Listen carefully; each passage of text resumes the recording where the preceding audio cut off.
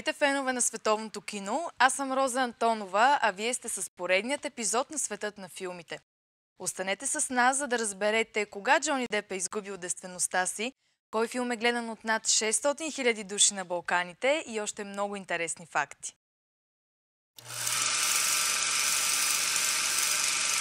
Генезис не може да бъде разказан, а трябва да бъде преживян. Кинг Конг.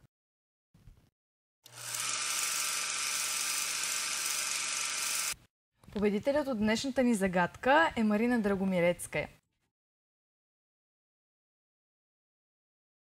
В това предаване има една географска неточност, която сме поставили. Ако познаете коя е тя, може да спечелите чаша с логото ни.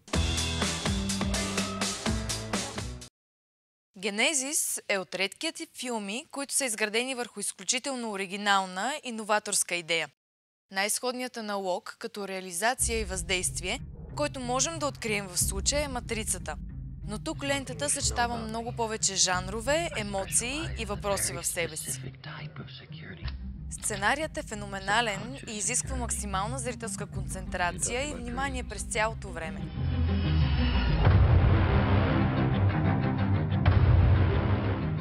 Първият един час е изцяло встъпителен, в който действието се развива по-бавно и цели въвеждане и изясняване на сюжетната линия. Втората част обаче е наситена с преживявания и динамика, които на моменти дори може да изтощят аудиторията. С течение на времето, усещането за реалност и сън се размива тотално, както за главните герои, така и за нас, зрителите. Продукцията е поредният шедьовър на режисьора Кристофър Нолан, чието творби винаги се характеризират със своята дълбочина и висока стойност. Част от примерите са филмите Мементо и Престиж. Актьорската игра също е на изключително ниво, а Леонардо Ди Каприо в ролята на Дон за пореден път опровергава критиците си и се превъплъщава в поредната си сериозна и ангажираща роля.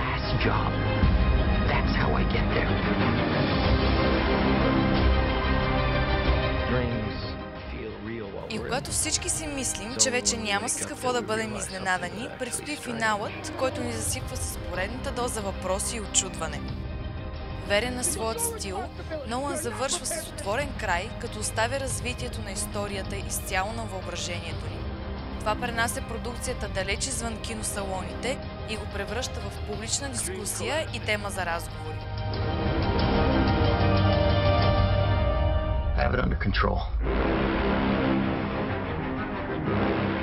Колкото и да коментирам и анализирам продукцията, няма да успея да изчерпам всички послания, заложени в нея, защото Генезис не може да бъде разказан, а трябва да бъде преживян.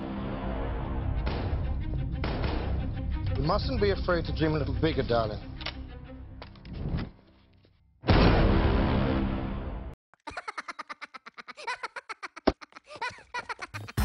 Преди да стане кинозвезда, Джони Деп съвсем не е имал скучно ежедневие. На 12 години започва да пуши. На 13 прави секс за първи път и започва с наркотиците, когато е на 14 годишна възраст. Хавър е поредният френски филм, който ще ви представим в нашето предаване. Продукцията е изградена върху солидарността между хората в едноименния град, които с риск за собственото си бъдеще защитават африкански бежанец.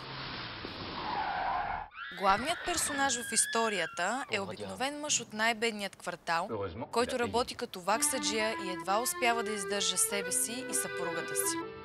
Случайната му среща с младото момче го кара да заложи собствената си сигурност, за да успее да му помогне да се укрие от властите.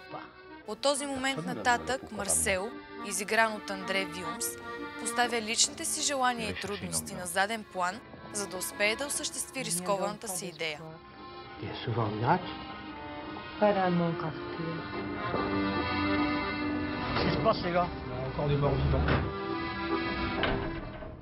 Сюжетът е интересен и хвърля поглед върху нарастващият проблем с емиграцията, особено в Западна Европа и отношението на коренните жители към бежанците. Филмът е високо оценен от критиците, които най-вероятно виждат в него поредният шедьовър на Аки Кауrismäki. Ne sors pas. N'ouvre à personne. Oui, monsieur. Ne m'appelle pas monsieur. Oui, mon général. Но в случая ние ще ви дадем малко по-различна гледна точка. Сюжетната линия е изключително мудна и монотонна и на места Хавър меко казано доскучава и става труден за гледане. Актьорската игра и самите реплики също създават флегматична обстановка, която би подразнила дори най-спокойният и уравновесен зрител. Препоръчвам ви да не се влияете от прочетените положителни коментари за филма и ако не желаете да изгубите 2 часа от времето си, изобщо да не започвате да го гледате. Най-вероятно този стил ще допадне на феновете на режисьора Kaurismäki, но като цяло филмът не е създаден, за да добие популярност по нашите географски ширини.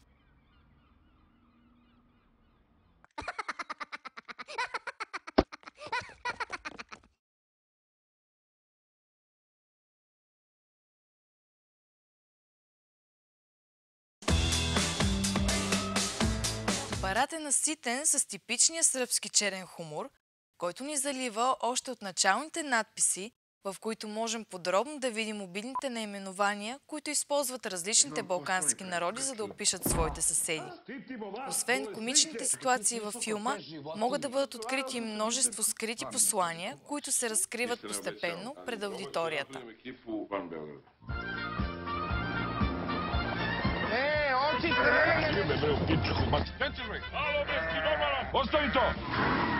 Въпреки че на пръв поглед продукцията може да бъде категоризирана като комедия, в нея са заложени може би най-сериозните проблеми, които са на дневен ред не само в Сърбия, а и в целият регион.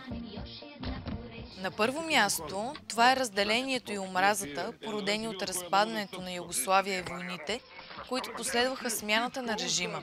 На второ, нетолерантността към различните етноси, религии и сексуалност. 3 dana curilo iz mene, pa žili. Kako će kao zec? Toliko mi je bio simpatičan, bilo mi je žao da ga rok. Ujo! Ljudi, ja tako... Режисьорът Сърджан Драгоевич е избрал най-въздействащият и находчив начин да предаде тези послания на зрителите, а именно чрез неподправен хумор и сатира. В лентата са представени косовски албанец, хърватин, босненец и сърбин, които допреди 15 години са воювали един срещу друг, а сега са обединени и сплотени, за да защитят човешките права на геовете в западната ни съседка.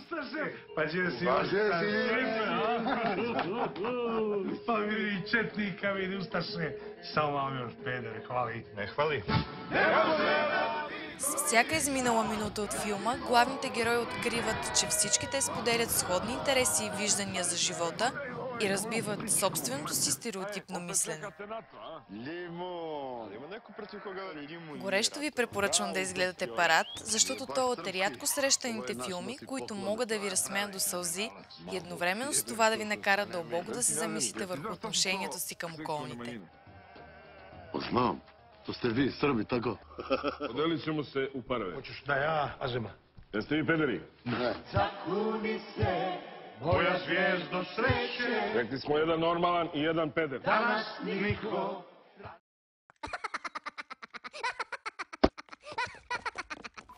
По време на заснемането на филма Боен клуб, Брат Пит счупва един от зъбите си.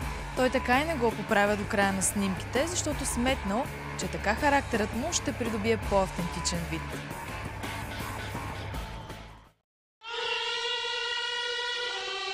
Миграцията на Паламуда силно контрастира спрямо останалите съвременни български филми и то главно заради своя сюжет. Сценарият не е изпълнен с хиляди истории, през които зрителите трябва да преминат за 2 часа, а е много семпъл, което го прави толкова разбираем и приятен. Продукцията разказва за надеждите на обикновените българи, които се борят с суровата реалност и въпреки всичко са заредени с енергия и са запазили чувството си за хумор. За разлика от останалите родни ленти, тук героите не са взети от крайна безнадежност и отчаяние, породени от тежките условия, в които сме принудени да живеем всички ние.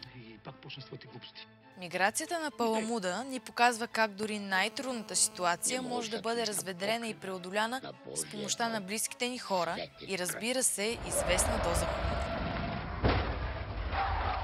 Цялостната визия и операторска работа са на високо ниво, Но няма как да не обърнем внимание на факта, че Христо Мутафчиев разкрива актьорските си възможности на максимум и си партнира перфектно с Стефан Володобрев. Младите Владимир Зомбори и Никола Стоянов, за които това е дебют в киното, прекрасно изиграват персонажите си и представят мирогледа на следващото поколение.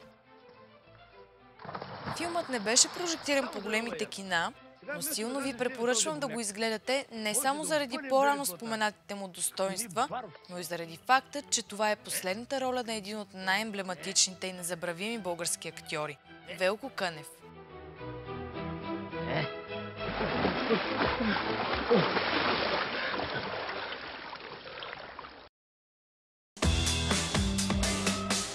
Графът, който сме избрали в този епизод, е от филмът "Социалната мрежа".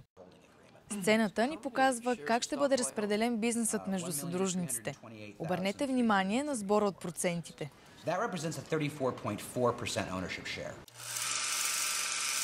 You should know that Mark has already taken his percentage from 60 down to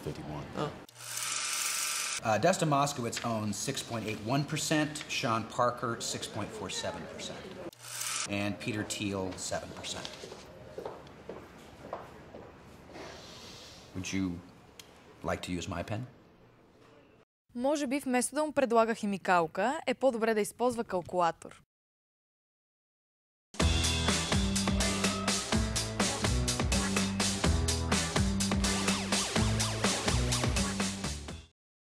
Кадърът, който ви показахме в предишното предаване, беше от хитовият филм "Криминале" на Куентин Тарантино с участието на Джон Траволта и Брус Уилис.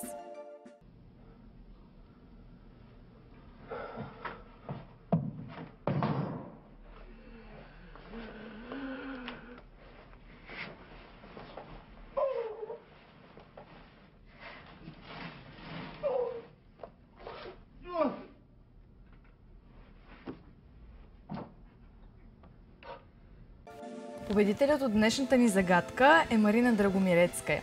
Здравей, Марина! Здрасти, Роза! Много ми е приятно. На мен също. Би ли споделила с какво се занимаваш? В момента завършвам магистратурата си по тон режисура в Софийския университет и съм джаз изпълнител. Това е чудесно.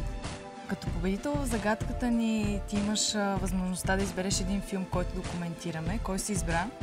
Ами това е филма "Нотинг Хил" на сценариста Ричард Къртис и на режисьора Роджер Мичел. И го избрах, защото е един от, може би, най-любимите ми филми, които гледам винаги с удоволствие. Супер! Кое точно те впечатли в филма? Ами, може би самата история, която е обикновената история на един човек, който продава книги в Нотинг Хил.